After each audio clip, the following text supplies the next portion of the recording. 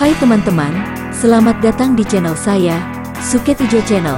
Sebelum kita lanjut ke ceritanya, Suket Ijo Channel ingin berbagi info buat teman-teman sekalian yang sedang membutuhkan sneakers, kaos dan sendal dengan harga yang murah tapi dengan kualitas yang baik. Silahkan kunjungi toko kami, Ravania Lariskan, dan link akan kami sertakan di deskripsi. Berikut sebagian produk-produk yang kami tawarkan.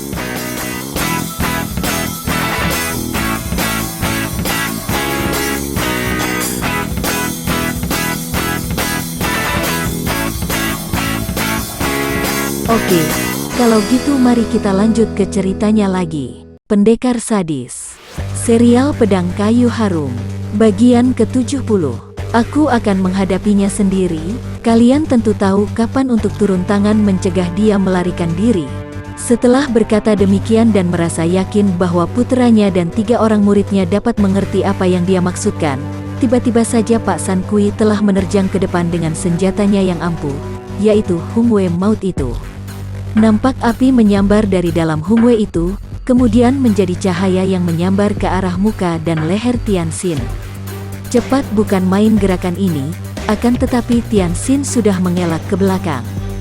Kim Hong juga melihat gerakan itu, kemudian melihat betapa kakek itu menggerakkan tangan kirinya, dan lengan kiri itu lantas mulur sampai panjang mengejar, atau membuat serangan ke arah kepala Tianxin. Duk! Tianxin menangkis dan keduanya terdorong 2 langkah ke belakang. Melihat ini, Kim Hong diam-diam terkejut dan kagum akan kelihayan datuk ini yang selain memiliki senjata Hungwei yang sangat berbahaya, juga memiliki lengan kiri yang dapat mulur panjang dan tentu saja amat berbahaya pula. Sementara itu, Siang Koan Wei Hong dan Pak Tian Sam Leong hanya mengurung tempat itu, siap untuk membantu. Karena mereka maklum bahwa kehadiran Kim Hong tentu saja membuat Pak Sam Kui merasa sungkan untuk melakukan pengeroyokan. Namun mereka tahu bahwa jika sampai Pak San Kui terdesak, maka mereka berempat tentu akan segera turun tangan mengeroyok. Maka, Siang Koan Wei Hong lalu mendekati Kim Hong. Adik manis, jika dia terlalu berat bagi ayah, kita baru akan turun tangan mengeroyoknya. Dia memang orang yang amat berbahaya sekali. Kim Hong tidak menjawab, seperti tidak mendengar ucapan itu, melainkan menonton perkelahian itu dengan penuh perhatian. Dan perkelahian itu memang sangat menegangkan untuk ditonton. Seru dan mati-matian juga merupakan perkelahian antara orang-orang yang memiliki kepandaian hebat. Dahulu, ketika untuk pertama kalinya Tianxin mengalahkan Pak San Kui, ia harus mengandalkan akal, menggunakan air untuk menghadapi serangan api yang kadang-kadang keluar dari Hungwei Maut itu, yang membuat lawan kewalahan dan panik. Akan tetapi sekarang dia sudah tidak membutuhkan lagi akal seperti itu. Lagi pula, sejak kekalahannya dari Tianxin dulu itu, Pak San Kui sudah berlatih matang dan bersiap-siap kalau lawan menggunakan air lagi. Maka andai kata Tianxin mengulangi akalnya yang dahulu, dia tentu akan keceli dan tidak akan berhasil. Pemuda ini hanya menghadapinya dengan memegang kipasnya. Setiap kali ada bunga api menyambar atau asap yang berbau keras, kipas itulah yang mengebut, dan api serta asap itu lalu membalik dan menyerbu kakek itu sendiri. Sedangkan serangan Hungwei itu hanya dihadapi dengan tangan kosong oleh Tianxin. Hungwei Maut itu menyambar-nyambar dengan ganasnya, mengeluarkan suara bercuitan mengerikan. Tianxin selalu dapat mengelak atau menangkis Hungwei dengan lengannya, bahkan membalas serangan lawan dengan sama dahsyatnya, menamparkan dan memukul atau menendang sambil mengerahkan sinkang. Tianxin bisa melihat kenyataan bahwa dibandingkan dengan dahulu, datuk ini kini telah mendapat kemajuan yang cukup banyak, maka dia pun lalu mulai merubah gerakannya, mainkan ilmu silat warisan ayahnya yaitu Hok Leong Sin Chiang yang hanya 18 jurus itu. Akan tetapi, baru saja dia mengeluarkan 3-4 jurus yang masing-masing mempunyai bagian-bagian dan perkembangan-perkembangan yang amat sukar itu, lawan telah terdesak hebat. Pak San Kui juga mengenal jurus-jurus itu, tetapi hanya mengenal kulitnya saja dan isinya sungguh membuat dia merasa bingung sebab mengandung daya serang yang tak pernah diduganya sama sekali, dan selain itu juga sangat hebat. Di dalam serangan-serangan itu terkandung gerakan-gerakan aneh, dan hampir saja dia kena dirobohkan lawan, Sehingga ketika kaki Tianxin menyerempet lambungnya, dia terhuyung dan meloncat ke belakang sambil mengeluarkan seruan. Seruan ini dikenal oleh Siang Koan Wei Hong dan Pak Tian Sam Leong, maka mereka itu segera bergerak untuk membantu. Akan tetapi tiba-tiba berkelebat bayangan menghadang mereka disertai bentakan, "Tahan dulu." Siang Koan Wei Hong amat terkejut ketika melihat bahwa yang menghadang itu adalah Kim Hong. Gadis ini berkata, "Tadi sudah diadakan janji bahwa tidak akan ada pengeroyokan. Kalau kalian ingin mencoba kelihayan musuh, biarlah pendekar sadis menghadapi kalian. Oleh karena tingkat kepandaian kalian masih terlalu rendah, maka kalian berempat boleh saja maju berbareng untuk menghadapinya. Hei, pendekar sadis, kau tinggalkan dahulu Pak San Kui dan hadapi mereka ini. Aku sendiri ingin merasakan Hung Wei maut." Setelah berkata demikian, Kim Hong kemudian meloncat ke dalam arena pertempuran itu sambil mencabut sepasang pedangnya dan langsung menerjang Pak San Kui. Perubahan sikap gadis ini sungguh membuat semua orang tercengang. Akan tetapi, kalau Siang Koan Wei Hong menjadi terkejut dan marah sekali, maka sebaliknya Tianxin yang juga kaget itu merasa girang bukan main. Tadinya dia sudah merasa bingung dan gelisah kalau terpaksa harus menghadapi gadis itu sebagai musuh. Biarpun hatinya panas kalau teringat akan adegan romantis dan mesra antara Kim Hong dengan Siang Koan Wei Hong, namun pembalikan sikap Kim Hong yang kini jelas berpihak kepadanya itu membuat hatinya gembira sekali. Maka begitu melihat Kim Hong menyerbu Pak San Kui, dia pun lalu meloncat ke belakang untuk menghadapi Siang Koan Wei Hong dan Pak Tian Sam Leong yang segera mengurung dan mengeroyoknya dengan serangan-serangan bertubi-tubi. Terutama sekali, Siang Koan Wei Hong menyerang dengan senjata yang kimia, menyerang dengan penuh kebencian dan kemarahan. Pemuda hartawan ini merasa kecewa bukan main melihat betapa Kim Hong, gadis yang menjatuhkan hatinya, yang disangkanya sudah terjerat olehnya, ternyata sekarang malah membantu Tianxin. Maka timbullah kecurigaannya bahwa memang gadis itu sengaja bersikap baik terhadapnya untuk memancing ayahnya untuk menghadapi pendekar sadis di tempat sunyi itu. Dan teringatlah dia betapa gadis itu yang menganjurkan agar mereka berenam saja yang menghadapi pendekar sadis, dan melarang agar jangan menggunakan pasukan. Teringat akan ini, keringat dingin membasahi dahi Siang Koan Wei Hong, dan ia menyerang semakin dahsyat, dibantu oleh 3 orang suhengnya yang sudah membentuk barisan sakaktin, barisan segitiga itu. Tianxin menghadapi 4 orang pengeroyoknya itu dengan sikap tenang-tenang saja.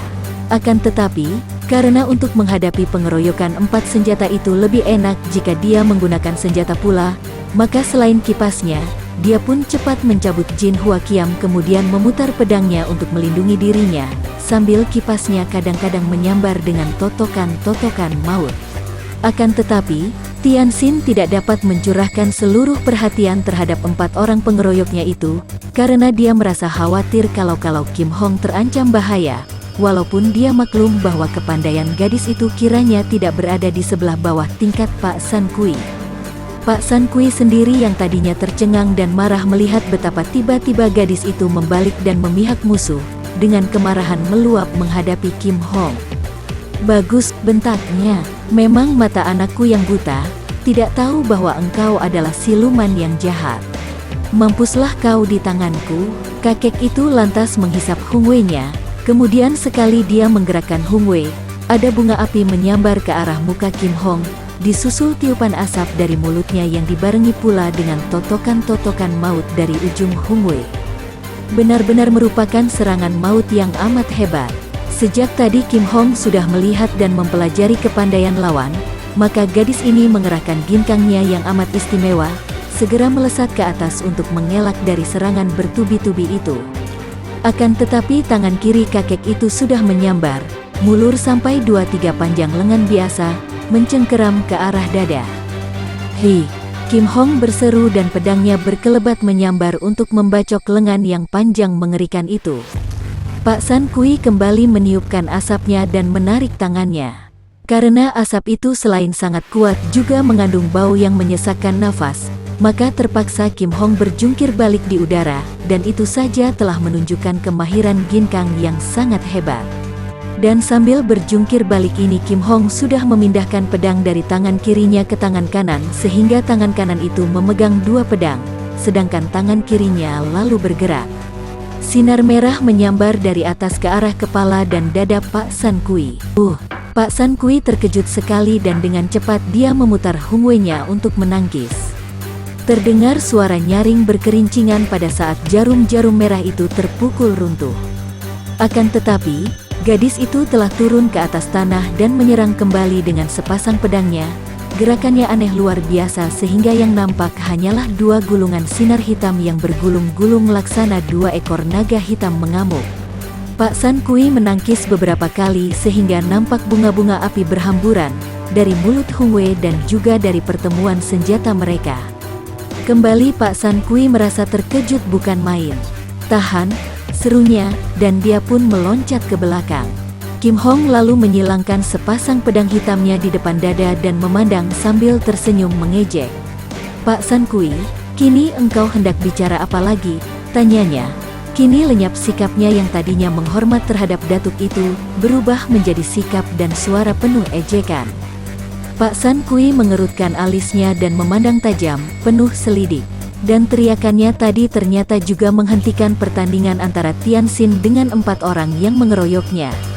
Agaknya puteranya, dan juga ketiga orang muridnya, menyangka bahwa teriakan itu ditujukan untuk semua, sehingga mereka berempat pun meloncat ke belakang, dan tentu saja Tian Xin juga turut menunda gerakannya.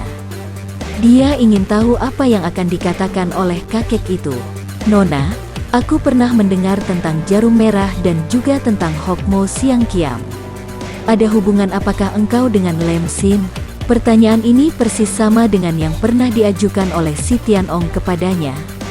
Sekali ini Tian Xin diam saja, dan Kim Hong menjawab persis seperti saat dia menjawab si Tian Ong, "Lem Xin sudah tidak ada, yang ada hanyalah Toan Kim Hong saja." Tapi, Lem Xin adalah Datuk Selatan, masih rekan dan segolongan denganku. "Cukup, kalau engkau takut menghadapiku katakanlah, tua bangka," bentak Kim Hong. Tentu saja bentakan ini membuat Pak San Kui marah bukan main. Dia tahu bahwa gadis ini ternyata amat lihai, dan mungkin sekali telah mewarisi semua kepandaian datuk yang bernama Lem Xin. Akan tetapi hal ini bukan berarti bahwa dia takut menghadapi gadis ini. Tetapi kalau gadis yang selihai ini sekarang berpihak kepada Tian Xin, sungguh pihaknya sangat berbahaya. Kini mendengar makian dan bentakan Kim Hong, dia lupa akan semua kekhawatiran itu, terganti rasa kemarahan besar sekali dan dia pun membentak, "Bocah yang bosan hidup." Dan Hung Wei-nya sudah menyerang lagi. Kim Hong tersenyum mengejek lantas menggerakkan sepasang pedangnya pula. Melihat betapa mereka sudah mulai bertempur lagi, Siang Koan Wei Hong dan Patian Sam Leong juga segera menyerbu Tian Xin yang menghadapi mereka sambil tersenyum-senyum dan memandang rendah.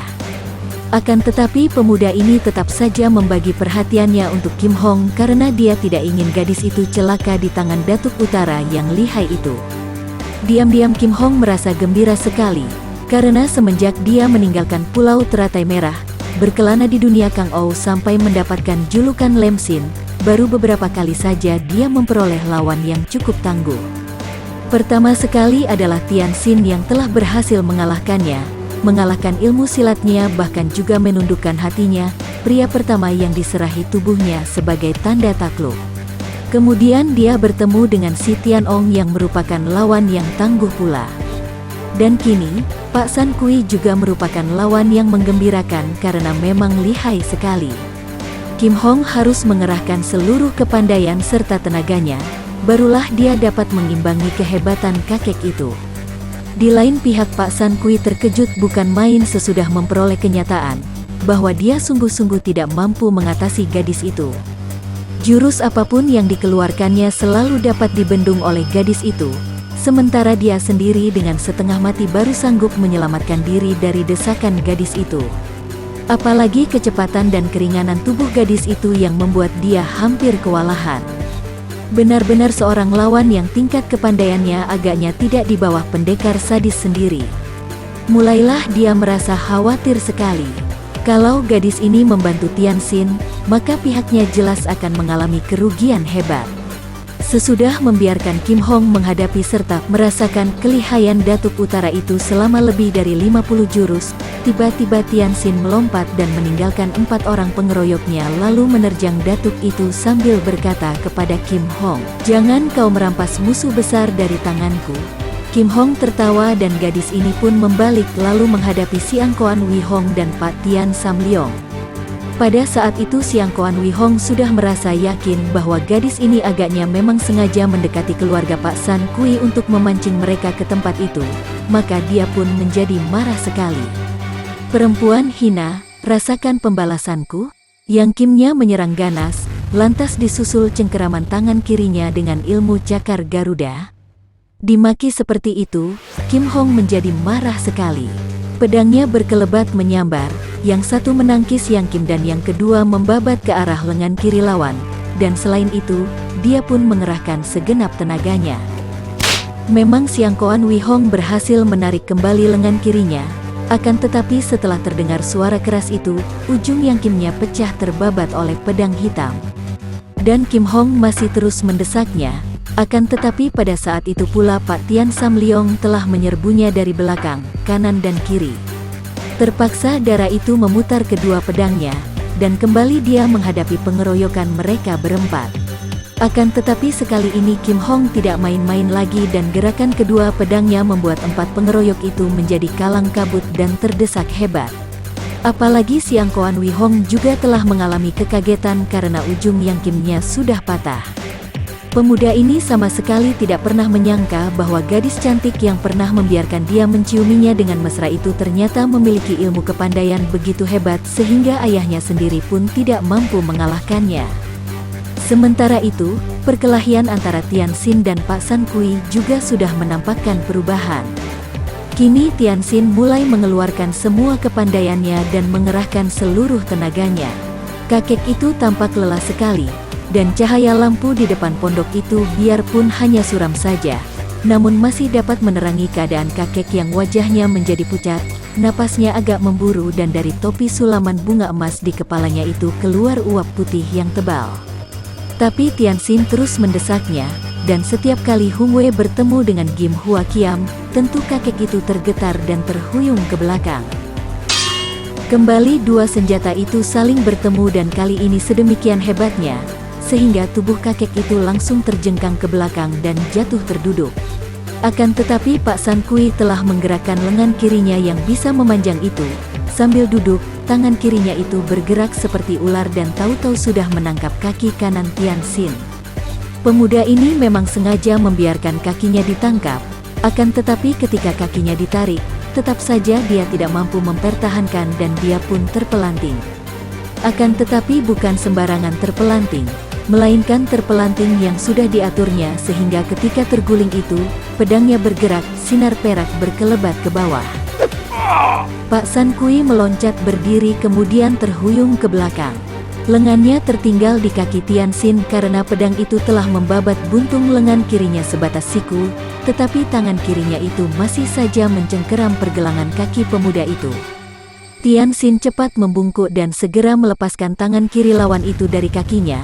Kemudian dia langsung menubruk maju menyerang Pak San Kui yang sudah terluka parah.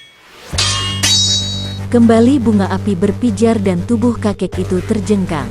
Tian Xin segera menyimpan Jin Hua Kiam. Dan pada waktu kakek itu bangkit, dia sudah menyerangnya lagi, sekarang menggunakan kedua tangan kosong. Pak San Kui yang menyeringai kesakitan itu segera menyambutnya dengan pukulan Hung Wei sekuatnya ke arah dahi Tian Xin, tetapi pemuda ini menangkapnya. Mereka saling betot dan mendadak Tian Xin mempergunakan Tihi Ibeng. Pak San Kui terkejut sekali.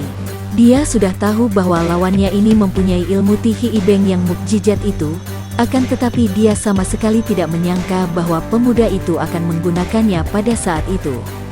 Kini Hung Wei-nya melekat pada tangan pemuda itu, dan pada waktu dia sedang mengerahkan tenaga sekuatnya untuk membetot Hung Wei, pemuda itu juga mengerahkan ilmu yang seketika menyedot semua sinkang yang tersalur lewat tangan kanannya. Karena tangan kirinya sudah tidak dapat dipergunakan, maka kakek ini cepat menyimpan tenaga dengan menghentikan pengerahan sinkangnya.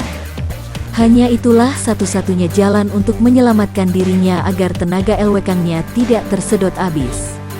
Akan tetapi, pada saat itu Tianxin yang sudah memperhitungkan ini, tiba-tiba saja merenggut lepas Hung Wei-nya dan di lain saat Hung Wei itu sudah membalik ke arah kepala Pak San Kui. Hung Wei itu remuk, pecah berantakan, namun tubuh kakek itu terguling, kepalanya bagian pelipis mengucurkan darah. Tianxin membuang Hung Wei yang sudah remuk itu kemudian meloncat mendekati untuk memeriksa apakah betul lawannya telah tewas. Baru saja dia membungkuk, tiba-tiba kaki Pak San Kui bergerak cepat. Tubuh Tianxin terlempar ke belakang ketika kaki itu mengenai dadanya. Untung bahwa dia tadi cepat mengerahkan tenaga Tian Te Sin Chiang yang melindungi dadanya, sehingga ketika kena tendang, dia hanya terlempar saja dengan dada terasa agak nyeri, akan tetapi tidak sampai terluka dalam.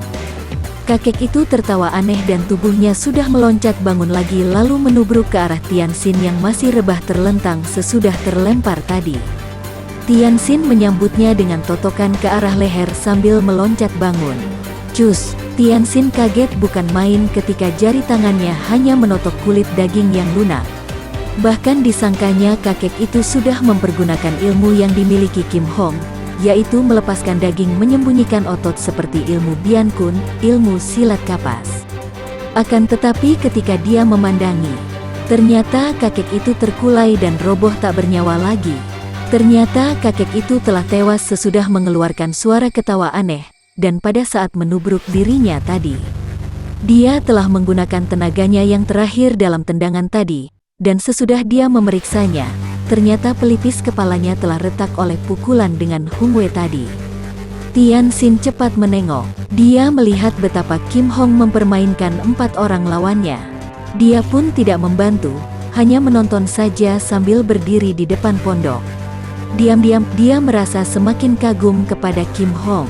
4 orang pengeroyoknya itu rata-rata memiliki ilmu kepandaian yang hebat, dan kalau mereka berempat itu maju bersama seperti itu, agaknya malah lebih berbahaya dan lebih kuat dibandingkan dengan Pak San Kui sendiri. Tapi jelaslah bahwa Kim Hong menguasai perkelahian itu. Darah ini membagi-bagi serangan seenaknya, dan dengan ginkangnya yang luar biasa, dia seperti beterbangan ke sana kemari, laksana seekor kupu-kupu yang lincah beterbangan di antara 4 tangkai bunga. Sepasang pedang di tangannya membuat gulungan sinar hitam yang mengeluarkan angin dahsyat, dan suara berdesing-desing sehingga membuat 4 orang pengeroyoknya kewalahan sekali. Malah barisan Sakaktin itu pun sudah kocar-kacir. Hal ini bukan hanya disebabkan oleh kelihayan ilmu pedang Kim Hong, melainkan juga karena adanya Siang Koan Wei Hong turut mengeroyok. Sakaktin adalah ilmu silat kelompok yang dilakukan oleh 3 orang yang selalu mengatur pengepungan dalam bentuk segitiga. Tempat mereka itu boleh bertukar-tukar, akan tetapi selalu dalam bentuk segitiga. Kini dengan adanya Siang Koan Wei Hong, biarpun dasar ilmu silat mereka masih dari satu sumber, namun kehadiran Siang Koan Wei Hong ini justru tak memungkinkan lagi bagi mereka untuk memainkan Sakaktin secara sempurna. Untuk membiarkan Siang Koan Wei Hong meninggalkan mereka pun merupakan hal yang berbahaya sekali, karena lawan mereka ini sungguh amat lihai. Maka mereka mengepung berempat dan melakukan pengeroyokan. Namun akibatnya malah mereka sendirilah yang merasa dikeroyok oleh banyak sekali pedang hitam. Memang Kim Hong sengaja mempermainkan mereka. Dia sudah berhasil merobek baju Siang Koan Wei Hong berikut kulit dan sedikit daging di dada kirinya, melukai pundak dan paha 3 orang Pak Tian Sam Leong, akan tetapi masih belum mau merobohkan mereka. Dia menanti sampai Tianxin berhasil merobohkan Pak San Kui dulu, dan setelah melihat Pak San Kui roboh dan tidak bergerak lagi, barulah dia tersenyum. Sekarang, kalian berempat bersiaplah untuk mengiringi guru kalian pergi ke neraka. Dan gerakan pedangnya pun berubah, menjadi semakin cepat, membuat 4 orang itu bingung sekali. 2 kali cahaya hitam menyambar disusul robohnya 2 orang di antara Pak Tian Sam Leong. Mereka roboh tidak bergerak lagi karena ujung kedua pedang hitam itu telah menusuk antara kedua mata mereka. Orang ketiga dari Pak Tian Sam Leong yang menjadi marah bukan kepalang menusukkan pedangnya dengan nekat, akan tetapi kembali cahaya hitam berkelebat. Terdengar suara keras dan pedang itu buntung.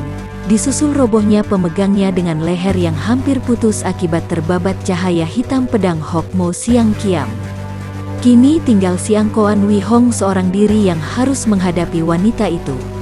Pemuda ini menjadi pucat mukanya. Akan tetapi dia segera maklum bahwa tak mungkin dia dapat melarikan diri lagi, maka dia pun lalu membuat gerakan tiba-tiba, menyambitkan Yang Kim ke arah lawan, disusul dengan kedua tangannya yang mencengkeram ke arah ubun-ubun kepala dan tangan kanan mencengkeram ke arah buah dada. Inilah serangan maut yang dimaksudkan untuk mengadu nyawa dengan gadis cantik itu.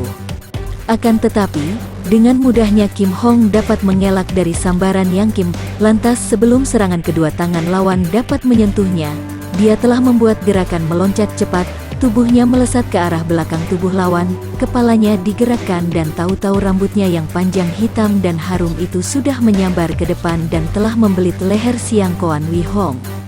Bukan belitan mesra dari rambut harum itu seperti yang dibayangkan oleh Siang Koan Wi Hong, melainkan belitan yang sangat kuat, melebihi kuatnya lilitan seekor ular dan rambut itu telah mencekik leher. Siang Koan Wi Hong kaget sekali dan otomatis kedua tangannya bergerak ke leher untuk melepaskan belitan itu.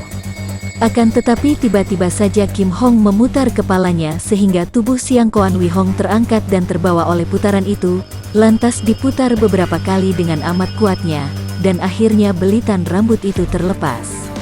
Tubuh Siang Koan Wi Hong langsung melayang ke arah Tianxin.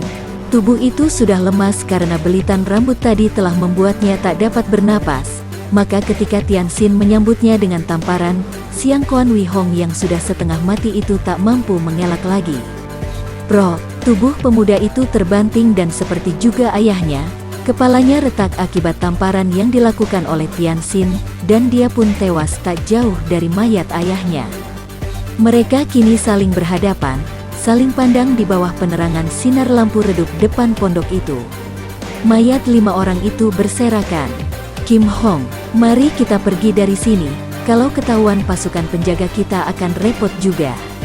Kim Hong memotong kata-kata Tianxin dan meloncat pergi, disusul oleh Tianxin. Mereka baru berhenti setelah sinar matahari pagi menciptakan warna indah cerah di ufuk timur, dan mereka telah tiba jauh sekali dari kota Taigoan. Pagi itu cerah dan indah sekali, secerah hati Tianxin. Lenyaplah semua perasaan kesepian, lenyaplah semua perasaan nelangsa, terganti dengan sinar kegembiraan memenuhi hatinya, walaupun kegembiraan ini kadang-kadang menyuram oleh bayangan betapa gadis ini pernah berciuman dengan mesra bersama Siang Koan Wi Hong. Bagi teman-teman yang menyukai video ini, silahkan subscribe, share, and like. Jangan lupa nyalakan bunyi loncengnya untuk mendapatkan video-video terbaru dari kami, agar kami terus bersemangat dalam membuat video-video yang menarik. Mohon maaf kalau masih banyak kesalahan di sana-sini.